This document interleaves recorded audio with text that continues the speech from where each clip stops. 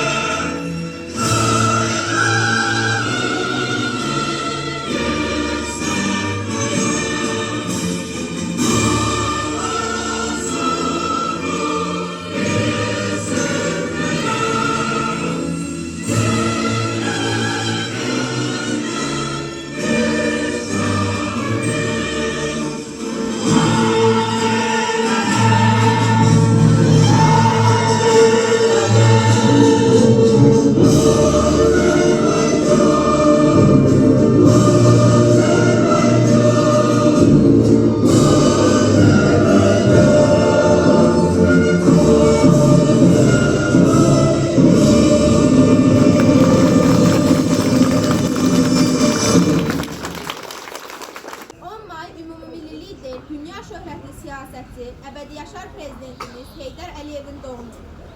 Ümumilli liderin həyat və fəaliyyətinə qısa bir nəzər salaq. Heydər Əlirzaoğlu Əliyev 1923-cü il mayın 10-da Azərbaycan Respublikasının Naxçıvan şəhərində anadan olub. 1939-cu ildə Naxçıvan Pedaqoji Texnikumunu bitirdikdən sonra Azərbaycan Sənaye İnstitutunun Memarlıq Fakültəsinə daxil olub, lakin 2-ci Dünya Müharibəsinin başlanması ona təhsilini başa çatdırmağa imkan verməyib. Heydər Əliyev 1941-1944-cü illərdə əvvəlcə Naxçıvan Muxtar Respublikası Xalq Daxili İşlər Komissarlığında Arxiv şöbəsinin məxfi hissəsinin müdiri, sonra isə Naxçıvan MSSR Xalq Komissarlığı Sovetində ümumi şöbənin müdiri vəzifələrində işləyib. 1944-cü ilin may ayında dövlət təhlükəsizliyi orqanlarında işə göndərilib. 1949-1950-ci illərdə SSR Dövlət Təhlükəsizliyi Komitəsinin Leningraddakı rəhbər kadrlarının hazırlığı məktəbində təhsil aldıqdan sonra 1950-ci ildə Azərbaycan SSR Dövlət Təhlükəsizliyi Komitəsində bölmə rəisi təyin edilir. 1957-ci ildə Azərbaycan Dövlət Universitetinin Tarix Fakültəsinin qiyabi şöbəsini bitirir. 1958-ci ildə Azərbaycan SSR Dövlət Təhlükəsizliyi Komitəsinin Əks Kəşfiyyat şöbəsinin rəisi, 1964-cü ildə isə DTK-nın sədr müavini təyin edilir. Azərbaycan Komünist Partiyası Mərkəzi Komitəsinin 1969-cu il iyulun 14-də keçirilmiş plenumunda Heydər Əliyev Azərbaycan Komünist Partiyası Mərkəzi Komitəsinin birinci katibi seçilir. Heydər Əliyev 22 il Azərbaycan SSR Ali Sovetinin deputatı olub. 1974-1979-cu illərdə isə SSR Ali Soveti İttifaq Sovetinin sədr müavini vəzifəsini tutub.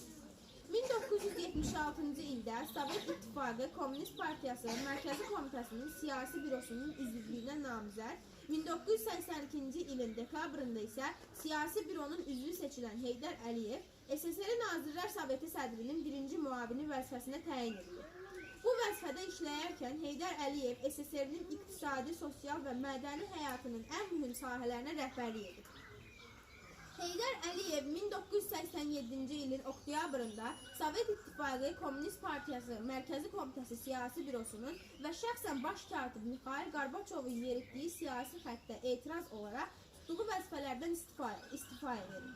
Heydər Əliyev 1990-cı il yanvarın 19-dan 20-sinə keçən gecə Sovet qoşunlarının Bakıda törətdiyi qanlı faciə ilə əlaqədar yanvarın 21-də Azərbaycanın Moskvadakı nümayəndəliyində bəyanatla çıxış edərək Azərbaycan xalqına qarşı törədilmiş cinayətin təşkilatçıları və icraçılarının cəzalandırılmasını tələb edir. O, Dağlıq Qarabağda yaranmış kəskin münaqişəli vəziyyətlə bağlı SSR rəhbərliyinin ikiyüzlü siyasətinə etiraz əlaməti olaraq 1991-ci ilin iyulunda Sovet İttifaqı Komünist Partiyasının sıralarını tərk edir. 2003-cü ildən bugünədək Azərbaycanın ictimai, siyasi, sosial-iqtisadi sahələrdə əldə etdiyi möhtəşəm uğurlar Heydər Əliyev ideyalarına, Ulu Öndərin siyasi kursuna sadiqliyin əyani təzahürüdür. Əliyevin memarı olduğu Azərbaycan bugün hamımızın qürur mənbəyidir. Biz fəxr edirik ki, günəşli, çiçəklənən Azərbaycanın vətəndaşlarıyıq. Bülbül xor qrupunun ifasında Xalq Heydər söyləyəcək mahnısını dinləyək. Gözlərində açılır millətin səhəri, sənin adınla bağlı xalqın hər zəfəri. Qədəmin deyən yerdə səhralarla gül açılır, Gülüstan çevrilir kəndi şəhəri. Günəş doğur eləmir, harda çəkilir ağılır. Dosta fəxarət gəlir, göz kör olur yarır. Azərbaycan deyəndə səni düşünürük ki, azadlığa inanır, xalqa sən bağışladın. Sən elə bilirsən, küləklər neyləyəcək, dünənim bugünüm sən elədin gələcək. Nə qədər Azərbaycan, nə qədər millət var, Heydər xalqım deyəcək, xalq Heydər söyləyəcək. Heydər xalqım deyəcək, xalq Heydər söyləyəcək.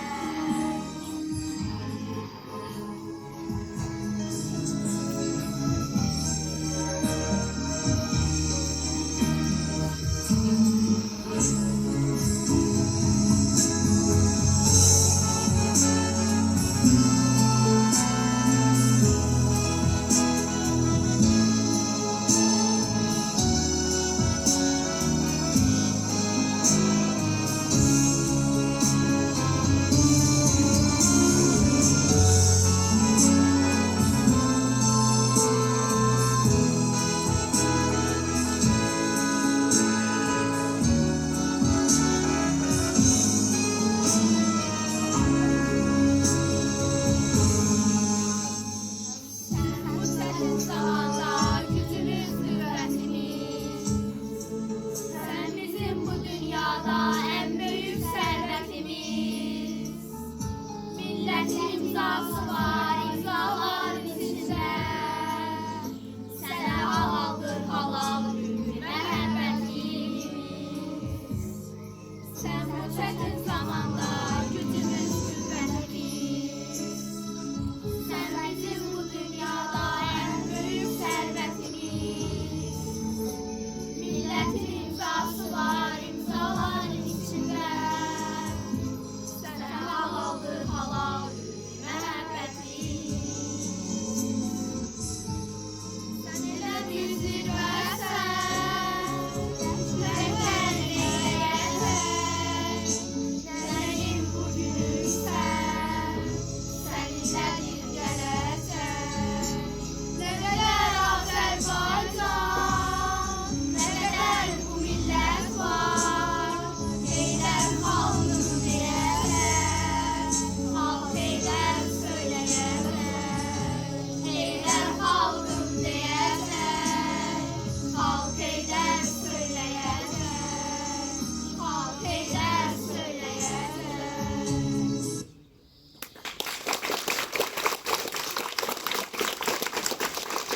İndi isə 5-ci sinif şagirdlərinin çıxışlarını dinləyək.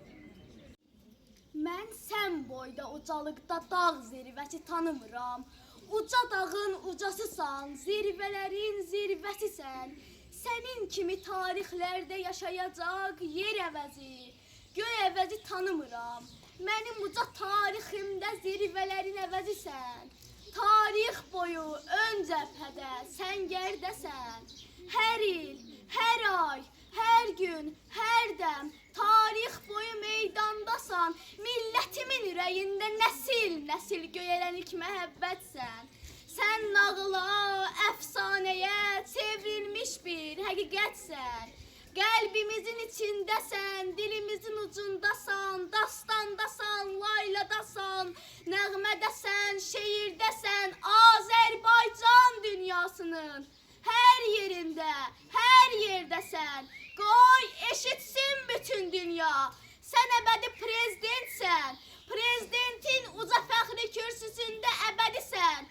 Dədə Heydər, xalqım üçün əbədidir, seçdiyin yol, qoyduğun yol, Dədə Heydər. Bugün bizim getdiyimiz bu ulu yol, əbədi yol həmin yolun davamıdır. Karvan gedir öz yoluyla, karvan başı yer qanadlı, karvan başı ilham adlı. O bu yoldan dönməz qəti, oddan keçmiş, sudan keçmiş. Heydər adlı bir müdrikin ağır idrak dəryasından sular etmiş. O bu yoldan dönməz qəti, onun hər bir damarından atasının qanı axır. Heydər, Heydər qanı axır. O bu yoldan dönməz qəti, Heydər adlı məhəbbətdən doğulmuşdur. Karvan gedir öz yoluyla, mənzil başı yolu bəlli. Karvan gedir öz yoluyla, başına gedən ulu bəlli. Ulu Öndər mahnısı ifa edir 4-cü sinif şagirdləri. Azərbaycanın dövlət müstəqilliyi əbədi olacaq, dönməz olacaqdır. Xalqımız daima sərbəst, öz taleyinin sahibi olacaqdır.